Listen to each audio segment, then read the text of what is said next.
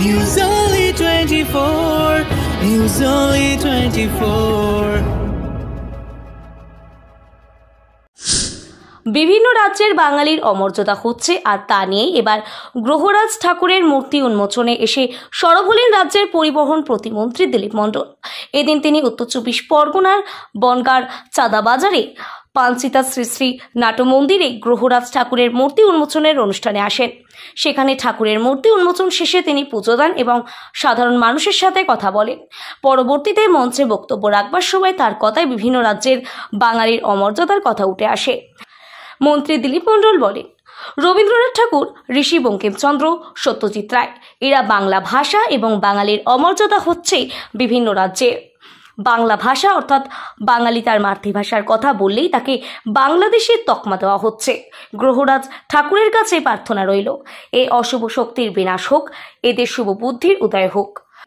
শনিবার চাঁদাবাজারে পাঞ্চিতা শ্রী শ্রী নাট্যমন্দিরে গ্রহরাজ ঠাকুরের মূর্তি উন্মোচনের অনুষ্ঠানের আয়োজন করা হয়। গতকাল গঙ্গা বরণের মাধ্যমে এই অনুষ্ঠানের শুভারম্ভ হয়। শনিবার সকাল থেকেই মন্দিরে পুজো শুরু হয়। অগণিত ভক্তরা মন্দিরে ভিড় জমান এবং পুজোয় অংশ নেন। মহাদেব এবং কালীমাতার পুজো মন্দিরে উদ্বোধনের সময় থেকেই হয়ে আসছে। তবে মন্দিরে গ্রহরাজ ঠাকুরের মূর্তি ছিল না। তবে মন্দির কমিটি এবং গ্রামবাসীবৃন্দদের উদ্যোগে গ্রহরাজ ঠাকুরের বিভিন্ন প্রতিষ্ঠা করা হয় মন্দির প্রাঙ্গণে।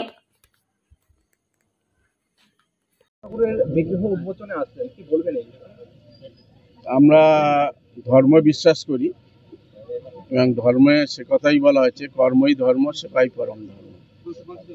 এরা দীর্ঘদিন ধরে আগে শিব মন্দির ছিল, তার পরবর্তী সময় মা কালীর মন্দির করেছেন, এখন আবার গ্রহরাজ শ্রী শ্রী শনিদেবের মন্দির করেছেন। আজকে যেভাবে সারা ভারতবর্ষের বিভিন্ন প্রান্তে প্রাদেশিকতা এবং তার সঙ্গে ভাষার মধ্যে একটা দ্বন্দ্ব তৈরি হচ্ছে, এবং আমরা যারা বাঙালি, বিশেষ করে বাংলা ভাষায় কথা বলি, সেই বাঙালিদের ওপর একটা অমর্যাদা, অসম্মান করানো হচ্ছে। সেই জায়গায় গ্রহরাজ তিনি একদিকে ভালো করেন আর একদিকে খারাপও করেন। তাই আমরা চাইবো তার কাছে আশীর্বাদ, তিনি সেই অশুভ শক্তিগুলোকে দূর করিয়ে যে দৃষ্টি তারা আমাদের মধ্যে খারাপ জায়গা তৈরি করার চেষ্টা করছে, সেটা দূর করে আমাদের শুভ শক্তির মধ্য দিয়ে আমাদের এই বাংলার বাঙালি বাংলা ভাষীদের যাতে সম্মান মর্যাদা তিনি ফিরিয়ে দেন। এবং এখানকার যত্ন সহকারে এখানকার চাঁদবাজারের পাঞ্চিতা যে শ্রী শ্রী নাট মন্দির আজকের উদ্বোধন হলো, আমি আশা করব পরবর্তী সময় এটা আরও তার শ্রীবৃদ্ধি ঘটবে এবং সবাই যত্ন সহকারে যে ধর্ম, আমরা ধর্ম পালন করব। বিশ্বের দরবারে বাঙালি দেশের মুখ উজ্জ্বল করেছে, সেই বাঙালিকে আজ বিভিন্ন রাজ্যে অত্যাচারিত হতে হচ্ছে, বাঙালির অমর্যাদা হচ্ছে, এটা আপনি তুলে ধরবেন, এই বিষয়টি কি বার্তা দেবেন? এটাই তো আমরা বলতে চাইছি, সারা পৃথিবী জুড়ে 25 কোটি বাংলা ভাষার বাঙালিরা রয়েছে। সেই জায়গায় যেখান থেকে এই বাঙালি আমাদের 1911 সালে রবীন্দ্রনাথ ঠাকুর তিনি জাতীয় সঙ্গীত রচনা করেছেন, মানে সেই জাতীয় সঙ্গীত এখন ভারতবর্ষে গাইতে হচ্ছে সবাইকেই। আবার 1870 সালে শ্রী ঋষি বঙ্কিমচন্দ্র চট্টোপাধ্যায় তিনি জাতীয় মন্ত্র গেয়ে উঠেছিলেন বন্দে মাতরম, সেটাও আমাদের গাইতে হয়। আবার অমর্ত্য সেন অর্থনীতিবিদ, তিনি বিশ্ব থেকে নোবেল পুরস্কার পেয়েছেন। রবীন্দ্রনাথ ঠাকুর তিনিও নোবেল পুরস্কার পেয়েছেন। অভিজিৎ বিনায়ক ব্যানার্জি তিনি নোবেল পুরস্কার পেয়েছেন। দাদা সাহেব ফালকে তিনি, আমাদের সত্যজিৎ রায় তিনি বাঙালি হিসেবে তিনিও পেয়েছেন। ওপার বাংলার যিনি ইউনিস এখন রয়েছেন সরকার গভর্নমেন্ট, তিনিও নোবেল পুরস্কার পেয়েছেন, তিনিও বাঙালি। এতগুলো বাঙালি, এত সারা বিশ্বের জায়গা থেকে ভারতবর্ষকে সম্মানিত করা হয়েছে।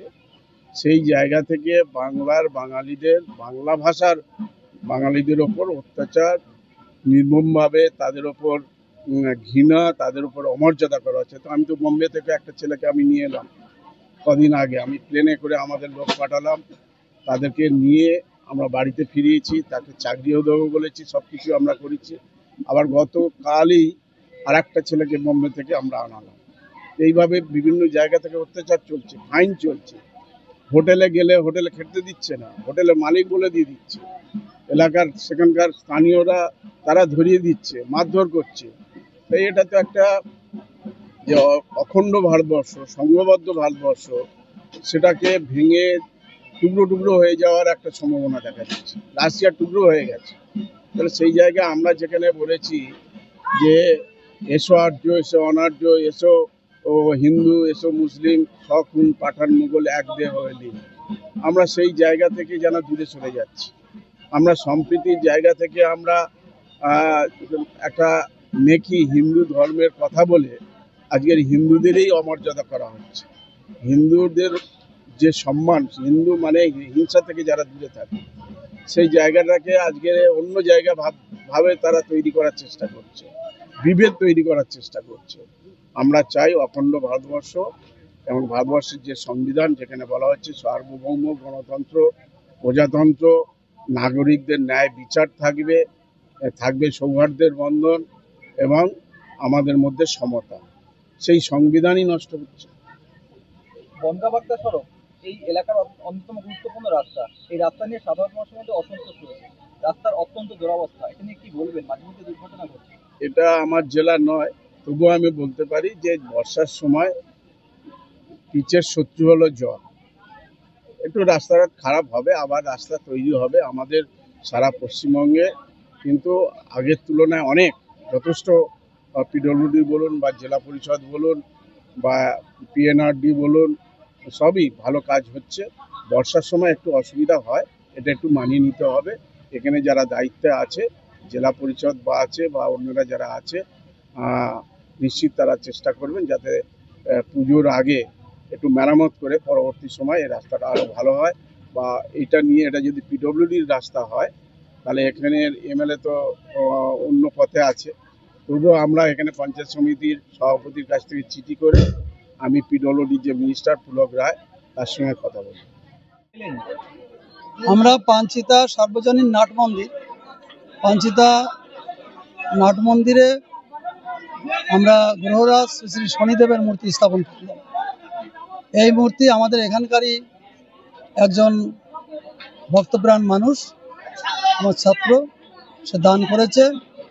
আমরা আজকে এই মহতি পুণ্যময় মাঙ্গলিক অনুষ্ঠানের মধ্য দিয়ে আমরা সেই গ্রহরাজ শ্রী শনিদেবের মূর্তি স্থাপন করলাম। এই উপলক্ষে আমাদের এখানে পশ্চিমবঙ্গ সরকারের পরিবহন দপ্তরের রাষ্ট্রমন্ত্রী মাননীয় শ্রী দিলীপ মণ্ডল মহাশয় এসেছিলেন এবং আমাদের এখানে পঞ্চায়েত সমিতির সভাপতি মাননীয় শ্রী ঝুম্পা দাস কর ছিলেন।